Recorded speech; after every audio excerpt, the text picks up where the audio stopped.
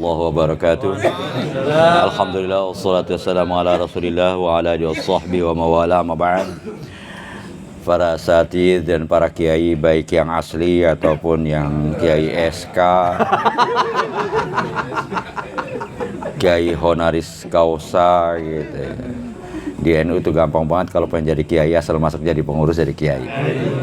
Masuk di Rois. Sebetulnya saya ngaji ini supaya ngelancarin aja nanti ongkos pulang gitu. Sebagai syarat aja. Karena tadi kita sudah dapat ilmu yang banyak banget betul. Saya bahagia banget meskipun udah tua, barangkali kebagian itu ya anunya ya. Hasil tambang itu. Saya udah bosan banget jadi orang miskin. Kenapa? Banyak saingannya. Banyak saingannya jadi orang miskin. Bosan. Capek.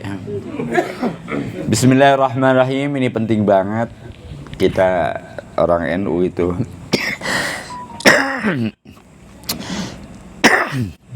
dakwah kita itu mengikuti maslaknya para aulia. Para wali mengikuti maslaknya para anbiya, terutama Nabi kita Muhammad sallallahu alaihi wasallam. Ud'u ila sabili rabbika bil hikmah wal mau'izatil hasanah wajadilhum billati hiya ahsan. Jadi kita ngajak orang itu harus dengan hikmah. Naon ari hikmah teh? Hikmah itu adalah ilmu yang tetangga itu ya, bukan itu. Anak SMA dia begini. Asrar, jadi ilmu yang sangat dalam itu hikmah. Kebijakan bisa juga diartikan semacam ini. Ini salah ininya apa memang serak saya ini? Minum dulu. Oh iya, minum dulu.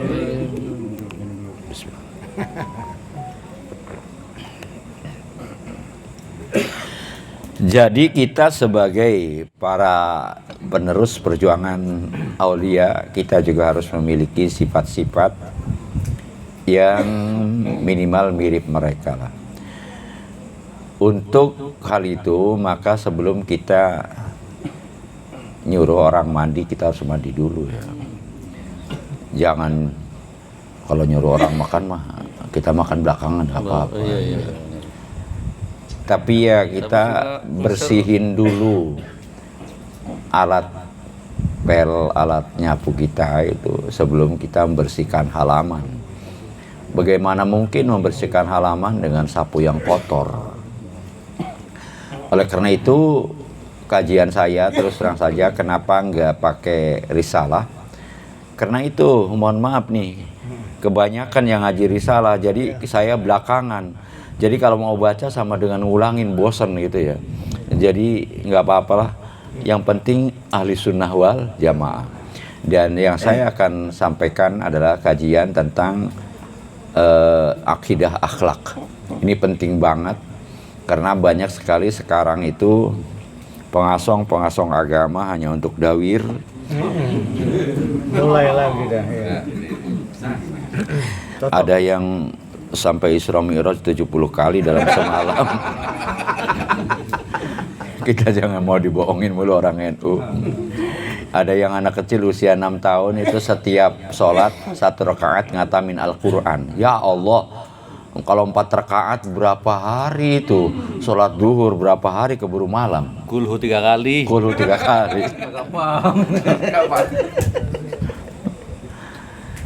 Jadi kitabnya ini atau babnya yang akan dibahas itu tematik ya. Sekarang saya mau membaca Kitabu Dhammil Kibri wal Ujbi.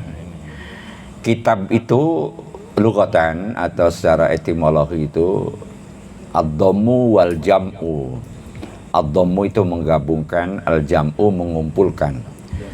Jadi kalau Kitabul Kibri wal Ujbi, maka yang di bawahnya pembahasannya tentang yang berkaitan dengan sombong dan ujub. Apa bedanya antar kita tahu. Jadi kalau ada kitab shalah, berarti pembahasan di bawah itu mengenai sholat dan segala macam yang berkaitan dengan sholat. syarat rukunnya, macam-macamnya. Jadi kalau kitabul kibri wal ujbi ini penting karena apa? Nggak boleh ujub kita itu. Sebagai pengantar dulu sekarang, bahwa dulu pernah ada seorang anak sahabat mati masih kecil. Sahabat itu kemudian di hadapan Nabi bilang, hani'an usfuru min asafiril jannah. Berbahagialah wahai burung emprit dari burung emprit surga. Disamakan dengan burung emprit artinya sebagai hiasan surga. Kata Nabi, marah Nabi, siapa menjamin bahwa seseorang itu akan masuk surga? Terus terang saja kalau saya membaca hadisnya saya nggak kuat rasanya. Hadisnya itu innallaha khalaqal jannata wa khalaqalaha ahlan la yuzadu fihim wa la yunqasu minhum. Allah telah menciptakan surga dan telah memproyeksikan siapa yang akan jadi penghuninya. Nggak ditambah, nggak dikurang. Iya, nggak ditambah, nggak dikurang. Ada yang protes waktu saya sampaikan di salah satu WA. Ada kiai tambahan. Emang ente lebih tahu daripada Nabi Muhammad, saya bilang. Bukan, itu ada yang di neraka terus dimasukin surga. Ya itu termasuk yang diproyeksikan, cuman digodok dulu, dibersihin dulu karena dosa-dosanya itu. Jadi sudah disiapkan semua itu sejak zaman azali. Bapak harus paham bahwa sebagai pengantar ini masih ya, biar kita nggak sombong, bahwa sesuatu itu telah ditulis di kitab Lauhil Mahfuz. Enggak ada sesuatu yang terjadi di luar kehendak Allah. Makanya kita ada iman bil qadar khairihi wa syarrihi minallah. Percaya dengan takdir baik buruknya dari Allah. Kita nggak tahu takdir kita itu sampai apa. Saya kalau melihat dia waktu masih bujangan, nggak nyangka dia sehebat ini sekarang. Orang waktu nikah aja cuman berlima, saya datang ke sono sebagai saksi. Iya. Itu dibuka saja saya. Ini karena memang Allah sudah menentukan jalannya ada aja. Seharusnya saya yang lebih hebat dari dia. Kebalik. Ya itu. Dia orang PB. Ya? Ada manuskrip sejarahnya. Ada, itu ada. Dia pernah nabrakin mobil waktu belajar mobil. Pohon ditabrak itu mobil. Dibuka semua. Saya masih ingat semuanya itu. Tajam ingatannya. Ada penjelasannya dalam kitab sezaman. Ada kitab sezamannya. Ada manuskrip sezaman. Jadi kenapa begitu? Sebab begini, ada pertanyaan secara singkat aja ya. Adakah sesuatu terjadi di luar kehendak Allah? Ada enggak? Ada enggak sesuatu terjadi di luar kehendak Allah? Kalau ada berarti ada makhluk selain makhluk Allah. Kalau ada makhluk selain makhluk Allah berarti ada Tuhan selain Allah. Padahal di dalam Al-Quran, qul law kana fihi ma'alihatun illallah lafasadata. Katakan Muhammad, kalau di langit dan bumi ada Tuhan selain Allah pasti rusak. Jadi seharus ada yang yang punya otoritas tunggal. Makanya PKB itu pengen jadi Tuhan itu anunya. Jadi otoritas tunggalnya direbut oleh Tanfidiyah. Saya ini masih Dewan Syuro. Ya kalau di Tanfid di PKB itu, kalau Tanfidiyah di NU. Berhubung ngomong sama orang NU takut nggak paham. Iya. Jadi saya jelaskan. Sebab di NU mah Tanfidiyah. Nah, kalau bilang Tanfid ntar disalahin saya. Gitu. Ya. Artinya mah sama. Laksana gitu ya. Jadi pasal pertama itu karena guru tidak pernah salah. Pasal kedua ketika Balik lagi. salah lihat pasal pertama. Bebas. Jadi memang ya harus kita akui, bahkan seorang filosof Aristoteles kalau nggak salah atau Plato gitu, dia sampai sudah bisa berpikir bahwa ini harus ada penggerak yang utama yang bisa menentukan segala-galanya. Kenapa tidak? Sebab suatu kebijakan tidak akan mulus kalau memang yang punya otoritas lebih dari satu. Umpamanya ada presiden dalam satu negara, ada dua kemudian otoritasnya sama, yang satu naikin pajak, yang satu ngurangin pajak, berantakan.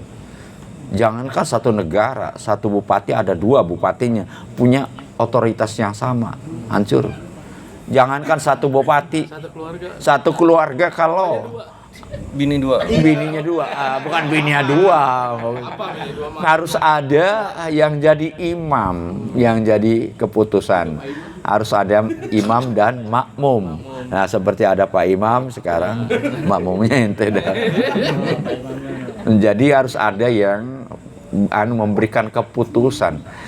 Makanya jangan heran kalau rumah tangga banyak yang rusak yang terjadi di artis-artis itu. Soalnya dua-duanya punya kekuatan yang sama. Powernya itu. Emang tanpa lu gua kagak bisa makan. Gitu. Udah mulai sombong. Siapa yang paling terkuat di dunia ini selain perempuan? Gak ada itu. Gak ada.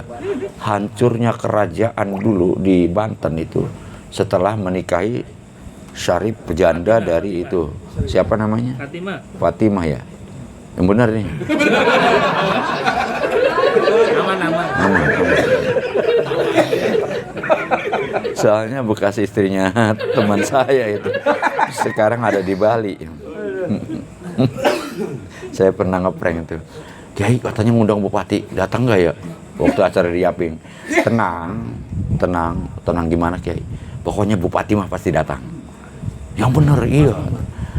Terus ditunggu kan nggak datang. Mana Kiai katanya bupati mah pasti datang. Tuh, itu siapa? Iya Bupati mah katanya. Bupati mah itu. Bupati mah pasti datang. Pada kesel tapi ketawa mereka. Iya. Nggak lucu ya. Jadi harus ada satu yang punya kekuatan maha power untuk bisa menentukan. Di PB kita ada Surya. Makanya Gus Yahya nggak berani macam-macam itu, meskipun dia sebetulnya udah jengkel banget ini, ribut konflik kok nggak diambil sikap gitu. Tapi memang harus tunduk pada aturan. Saya juga sama di sini. Mohon maaf itu ya, kadang-kadang greget banget ini. Ini kok diem aja nih Rois Surya ini. Tapi ya Rois Suryanya kena seneng banget sama saya. Saya didukung banget. Bahkan kemarin waktu ketemu dengan PJ itu nyebutin Assalamualaikum, setelah alhamdulillah segala macam tuh para kiai, para ustadz yang tidak saya sebutkan namanya kecuali guru saya gitu. Kiai Ali Anwar. Waduh. Rois Surya ngomong begitu, tahadusan bini mainnya. Saya mau ngomong bohong itu, amplop lagi gue. Kagak itu. Tapi dapat itu kain atau ya BHS. Iya itu dia yang undang, jadi saya kan harus menghormati. Meskipun ini masalah politik, ya tapi politiknya cuma mendukung, mendoakan semoga bisa jadi calon itu. Pak Dani itu nggak apa-apa lah. Masalahnya apa, kita butuh juga. Banyak organisasi lain itu dapat uang setiap tahun. NU mah baru kemarin itu sekali doang itu. Bentar lagi ya. Iya. Bentar lagi tambah lagi. Bentar lagi ya insya Allah gitu. Sekarang dari tambang ya, amin. Amin. Tambang Dadung.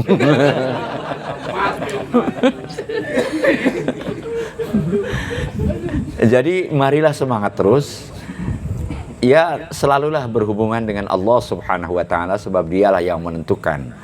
Tidak ada yang bisa menolak itu. La mani alima a'taita wa la mu'ti alima manata wa la radda lima qadait. Itu harus ada dalam keyakinan kita. Sehingga kita di dalam dakwah kita itu, kita nggak ada sifat maksa. Soalnya innal huda hudallah. Innaka la tahdi man ahbabta walakinallaha yahdi man yasha. Jadi nggak perlu marah-marah. Betul tidak? Takbir.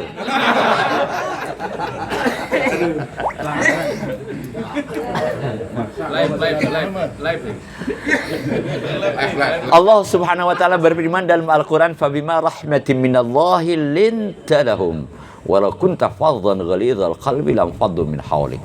Cocok. Karena rahmat dari Allah, kamu lunak kepada mereka. Kalau kamu keras hati, congkak, mereka akan bubar. Dan ingat, Nabi Muhammad diutus bukan untuk menghancurkan orang kafir, bukan. Kalau Nabi Muhammad diutus untuk menghancurkan orang kafir, Nabi Muhammad gak akan punya sahabat, betul nggak? Waktu Nabi Muhammad diutus, mereka masih pada kafir. Doa, ya Allah hancurkan orang kafir, mati semua. Siapa yang jadi pengikutnya? Gak ada. Allahumma hadi qaumi fa innahum la ya'lamun. Wa ma 'alaina illal balagul mubin. Ya, Pak ya. Kita hanya menyampaikan, soal hidayah itu urusan Allah Subhanahu wa taala. Gitu. Jadi nggak boleh adalah ikraha fid din, qad tabayyana ar-rusydu minal ghayy. Inilah. Dan kita jangan menjadi orang yang sombong dan ujub. Ada orang masih amburadul, celaka kalian. Ada hadis yang mengatakan maqala halakan nas fahuwa ahlakuhum. Siapa yang berkata celaka orang-orang itu, maka dialah yang paling celaka. Kunaon? Apa sebabnya? Takbir. Sebab nggak boleh itu. Nggak boleh namanya. Sebabnya apa? Waktu dia ngomong celaka orang-orang itu, dia akan mengecualikan dirinya. Berarti dia ujub dan sombong. Ujub itu nggak boleh. Orang zaman sahabat, dan ada seorang sahabat yang meninggal dari peperangan, kemudian ada ibunya senang banget, dia itu selalu menamanya Rasulullah, pasti dah masuk surga. Kata Nabi, apa itu? Barangkali masih ada sorban yang dia simpen, sorban ghanimah. Nggak boleh itu, nyimpen sorban doang bisa menjadi penghalang masuk surga. Jadi jangan macam-macam, ya. Sudah ada catatannya di sana. Emang kalau anaknya seorang nabi pasti masuk surga? Kanan? Sombong amat. Sombong amat kan. Qala sa'awi ila jabali ya'simuni minal ma', katanya. Hei anakku, mari sini. La asimal yawma min amri rabbi. Enggak akan ada yang bisa menjaga diri dari urusan Allah. Apa dia? Qala sa'awi ila jabali ya'simuni minal ma'. Saya akan naik gunung yang bisa menjaga saya dari air bandang. Ternyata tenggelam juga, mati. Jadi istrinya Ustadz apa lagi? Jadi istrinya Nabi aja ada yang masuk neraka, betul? Nabi Lut istrinya, Nabi Nuh istrinya. Jadi jangan sombong. Ini mah baru kira-kira jadi cucunya aja udah jualan surga. Enggak, saya nggak ngomong Mbak Alawi. Soalnya dosen saya itu diantara Sayyid Aqil Munawar, itu diantara dosen saya. Saya hormati siapapun, jangankan dia. Orang Cina pun, ya kita harus baik ya. Justru kalau kita garang, dia pada takut itu. Kok Islam begitu? Islam itu harus santun. Apa? Kita kewajibannya cuma itu kok. Wa ma alaina illal balagul mubin. Soal hidayah terserah Allah Subhanahu wa taala. Sudah cukup untuk minta transport. Wallahul muwaffiq ila aqwamit thariq. Wassalamualaikum warahmatullahi wabarakatuh. Kitabnya belum